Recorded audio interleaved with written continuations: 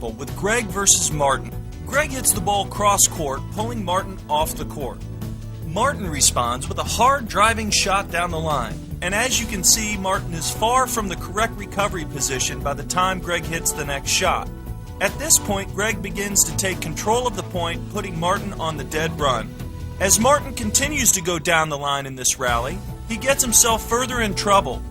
Just to stay in the point, Martin is forced deep into the backcourt and gets so far out of position from his down-the-line balls that Greg is able to win the point on a short cross-court ball. Let's take another look at this same point. Notice how Greg moves in tight to the baseline, even giving Martin less time to recover. Greg has several options to capitalize on these open court opportunities. As he takes Martin corner to corner, he could also have hit behind Martin, or even drop shot.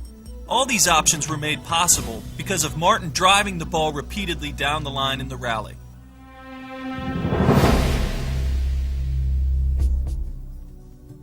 We now know that in a rally, when you are positioned near the center of the court on the baseline, you are close enough to all the recovery positions so that no matter what direction you hit, you will have time to recover.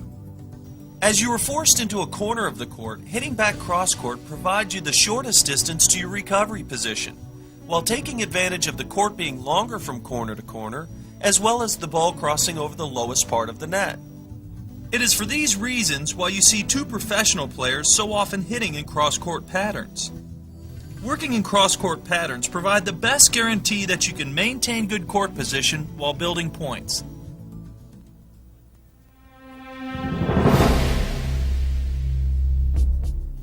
It is your objective when positioning at the net to locate yourself at the midpoint of your opponent's possible shots.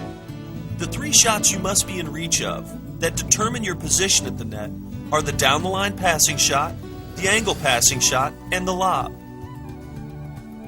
When you approach net, you are challenging your opponent to beat you with one of these three shots. And when possible, pressure the opponent to have to hit into your strengths or hit a shot that is a weakness for them. In the time it takes your approach shot to reach the opponent, you must establish your position or risk leaving open court for the opponent. Regardless of your skills at the net, being in good position puts added pressure on the opponent.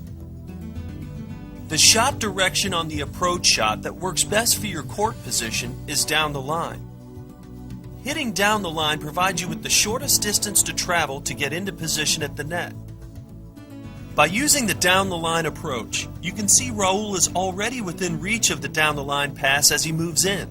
Using slice to give himself more time to position, Raul moves in around 5 steps, close enough to cut off the angle pass, yet positioned to guard against the lob as well. When playing an opponent with a definite weakness, the use of cross-court approach shots into that weakness may work in your favor.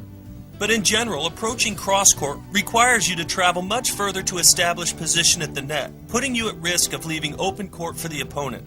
In this point, Raul having to change the direction of his movement and momentum makes it even more difficult for him to reach good position, resulting in the line being left open. As in this case, where Raul has the easy shot down the line, if Greg was in better position, he may force Raul to choose a more difficult option.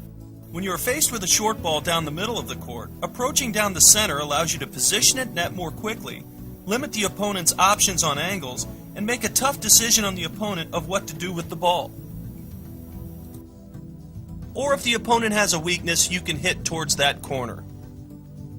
Many times you will be in the situation on a first volley where you're not in a position to end the point. If you hit your first volley cross-court in this situation, you have much further to move to get into good position for the next ball, putting you at greater risk of being passed. Treat this situation as you would an approach shot, by hitting it down the line or straight ahead to maintain good position. This should create the opportunity on the next ball for you to close out the point from even better position.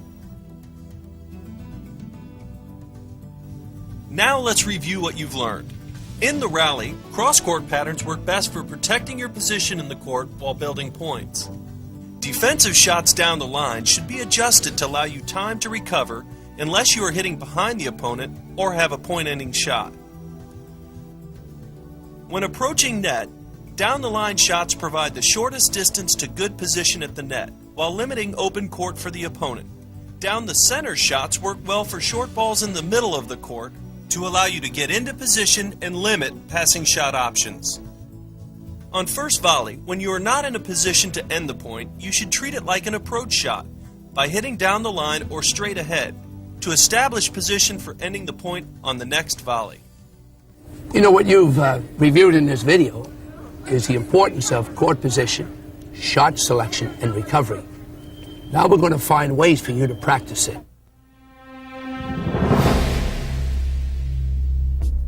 In the rally, many players have been conditioned into thinking they should recover behind the hash mark no matter where they've hit the ball.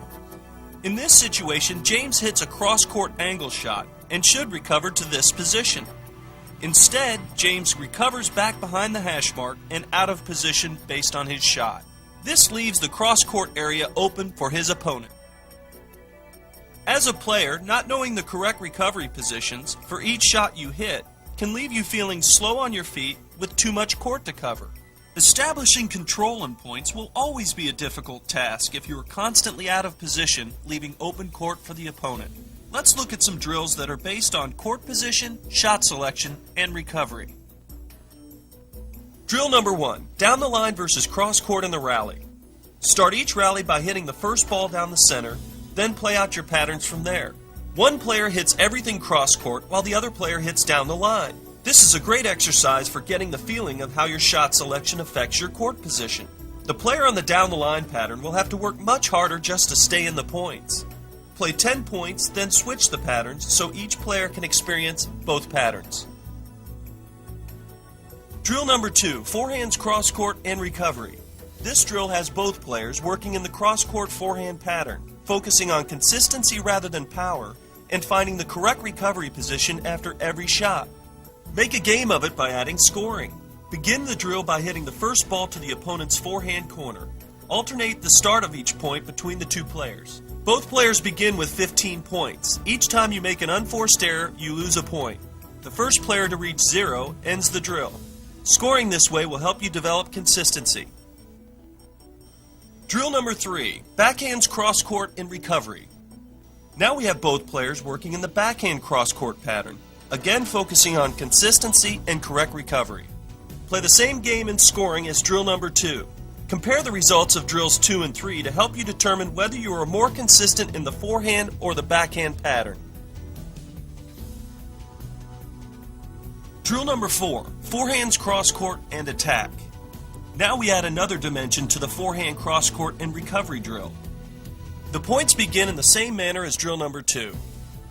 Any opportunity a player has to attack net, they will be rewarded for doing so. This time, both players begin at 0 and play to 20, scoring +1 for winning the point and +2 for winning the point on a volley or an overhead.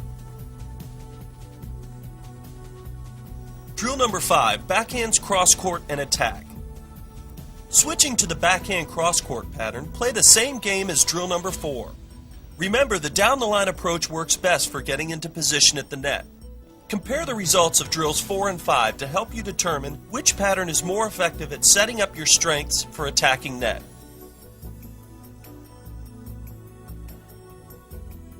Drill number 6, change of direction in the rally. For this drill, we've extended a rope approximately 15 feet off the ground at each end and down through the center net strap to simulate a higher net at the sidelines. If you are without a rope, try and visualize one instead as you